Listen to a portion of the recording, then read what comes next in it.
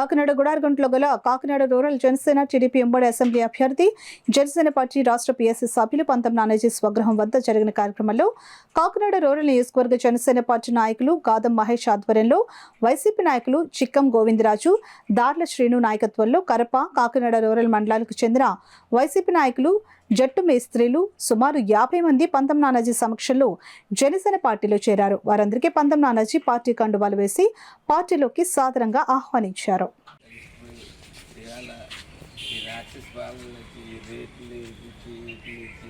అన్ని తనఖాలు పెట్టేస్తాడు, సచివాలయం తనఖా పెట్టాడు. తనఖా పెట్టి మనకేమన్నా పెడుతున్నాడు అంటే మనకేం పెట్టట్లేదు.